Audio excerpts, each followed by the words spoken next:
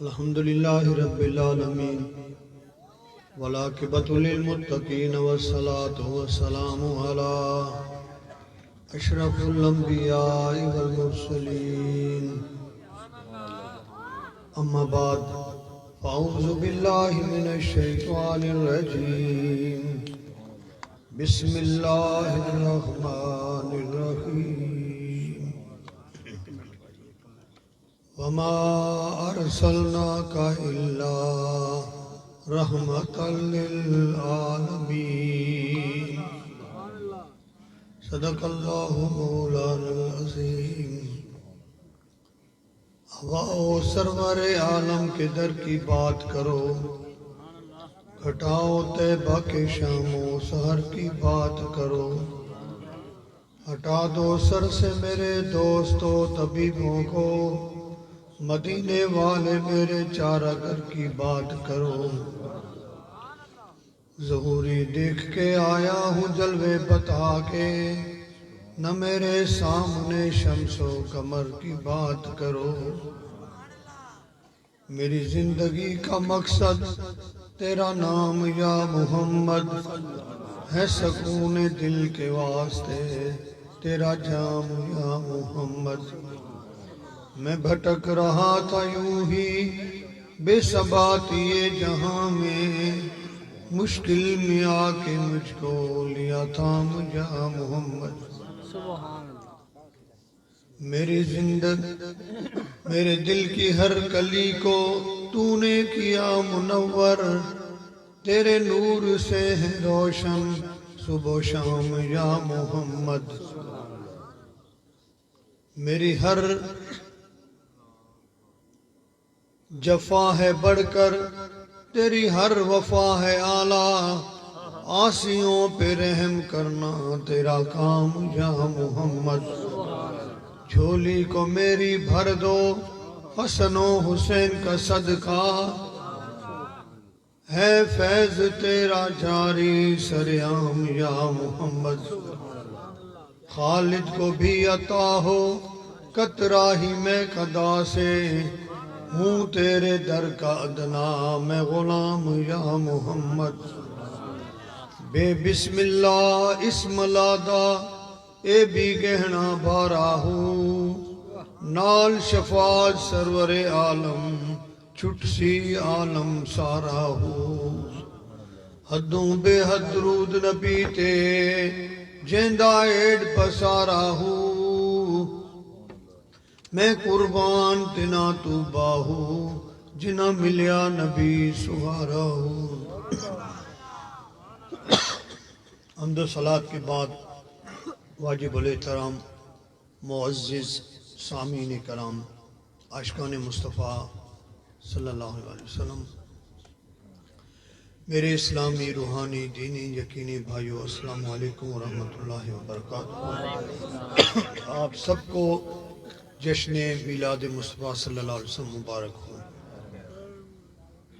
ماہ نور شروع ہو چکا ہے، پوری دنیا میں اور اطراف عالم میں رحمت للعالمین کی آمد کی خوشیاں منائی جا رہی ہیں، اور آج کی یہ پاک اور مقدس محفل بھی کملی والے آقا سرکار دو عالم نور مجسم جان کائنات جان جانان کائنات حضرت محمد مصطفیٰ احمد مجتبیٰ صلی اللہ علیہ وآلہ وسلم کی آمد پہ خوشیاں منانے کے لیے آج کا یہ مقدس ایوان سجا ہے، اور آپ سارے دوست دور و قریب سے ایک محبت، ایک الفت اور پیار لے کر اس پاک محفل میں حاضر ہوئے ہیں کہ اے خالق کائنات، تیرے نبی کا میلاد ہے، میلاد کا مہینہ ہے، اور تیری ایک ولیہ حضرت اماں راستی پاک کا عرس ہے، جس میں ہم جا کے اپنا نام بھی عاشقوں میں لکھوا رہے ہیں۔ میرے بھائیوں، میں بھی بڑا دور کا سفر کر کے آیا ہوں۔ کل بھی پروگرام مستونگ کی طرف تھا اور رات میں کوئٹہ تھا، صبح کوئٹہ سے نکلا اور درویشوں کو میں نے وہاں سے بھیجا تھا۔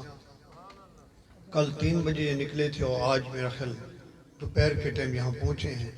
اندازہ سفر کا آپ کو بھی ہوگا۔ اور آج کی یہ محفل ایک درویش منش فقیر نے اس کا اسٹارٹ کیا۔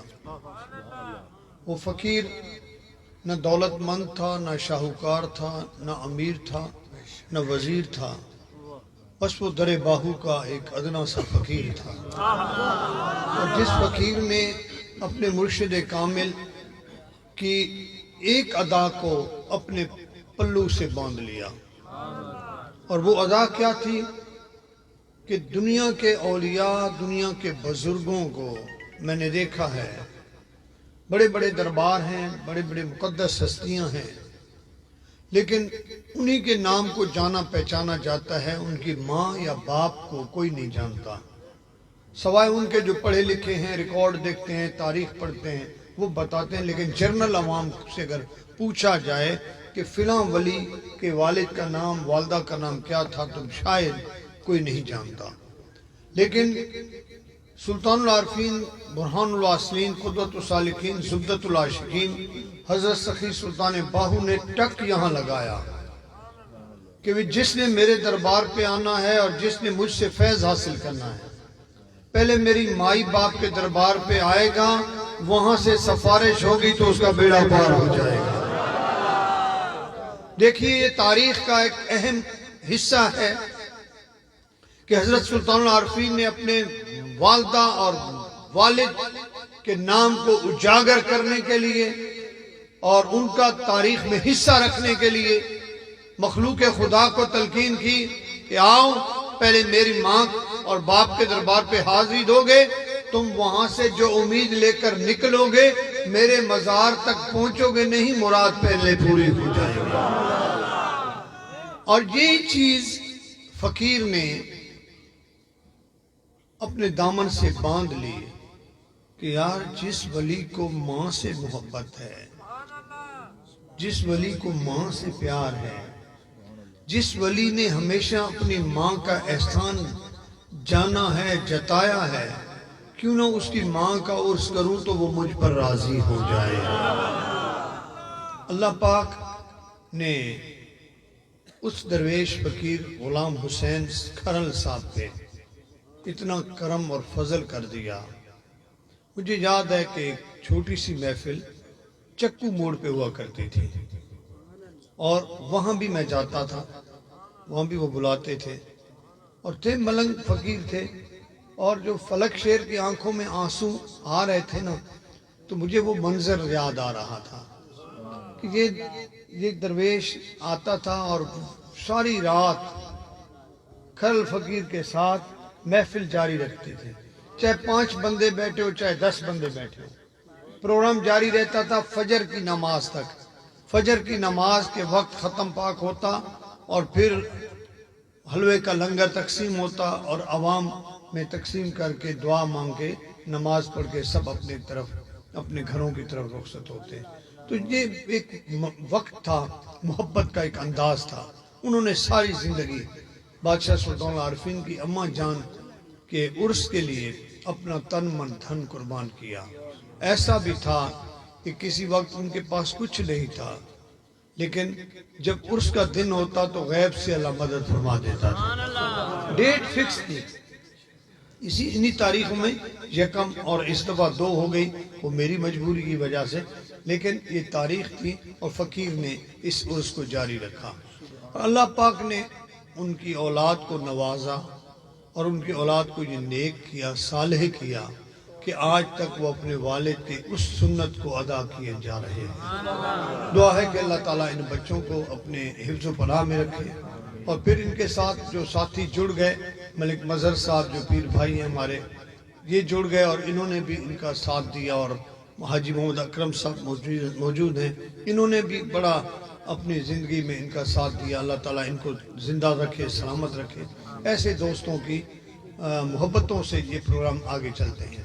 میں یہ آقا دو عالم نور مجسم جانے کائنات، جانے جانان کائنات حضرت محمد مصطفیٰ صلی اللہ علیہ وآلہ وسلم کی ولادت باسعادت کے حوالے سے جو آیت مقدسہ تلاوت کرنے کا شرف حاصل کیا ہے، اس میں